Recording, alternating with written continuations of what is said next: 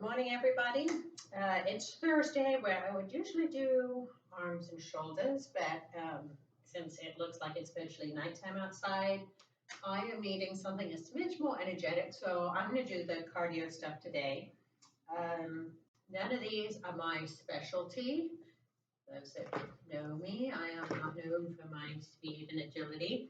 So these are all pretty challenging for me. Go ahead and modify as you need. I may show you a couple of those modifications. And I'll put down the timing in the email that I send out, but I'm going to propose 20 to 30 seconds for each exercise, short rest, go through all four, repeat that a couple times, sort of back to that sort of Tabata style, high intensity. So most of these are pretty intense. The last one requires not necessarily intensity, but a little bit of sort of control and stuff, but it'll still make you think and work. All right, so Max, may I have the mat? I know. Let me say hi. Hi. All right. So we're going to start with a mat hop over. So the thing to really keep an eye on here, again, is that upper body position, making sure we keep work. Keep this. Hey guys. No fighting. All right. So we're going to keep the shoulders wrapped back and down, and starting kind of somewhere between a plank and a bear, right? And then you're just going to hop to either side of your mat. Now it's the hop across the mat seems too much distance to hop over, then make it narrower. Take the mat distance away and just hop, sort of slide to slide over a line, an imaginary line sort of thing.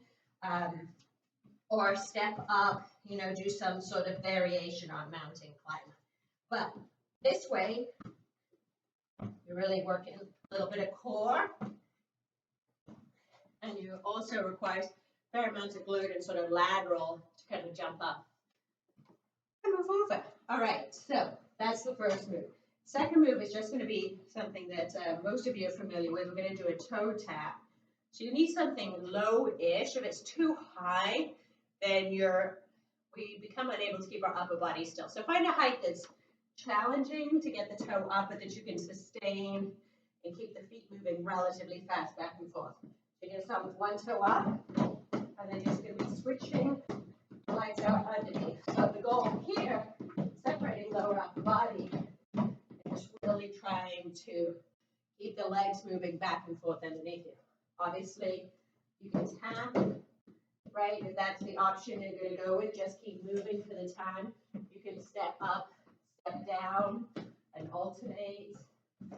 So any of those variations will work for those of you that don't want to do the sort of more explosive toe tap, right? So make sure your knees feel good, blah, blah, blah. All right, so, whew. All right, so the next one we're going to do is we're going to do a jump. So find something that you can jump up onto without it giving way, right? It could just be a single stair. You'll notice that even jumping up one stair can get to be work when you do it for enough time, right? It could be a step outside, a concrete step outside. You have a step sort of situation that works too. So goal here, you can even jump forward, blah, blah, blah. All right, so we're going to load and then try and land really softly. Load, land softly. So your goal is to try and make the landing soft, which means that you're using your body to absorb the impact. So step back down for the purposes of this, right? Load back up, nice soft landing back to the top. All right, so heart rate should be up at this point, and heart rate should be up at this point. And so the last move is going to be a little bit more about coordination and getting everything working together. This requires, well, there's no weight added except your body weight. So if certain things don't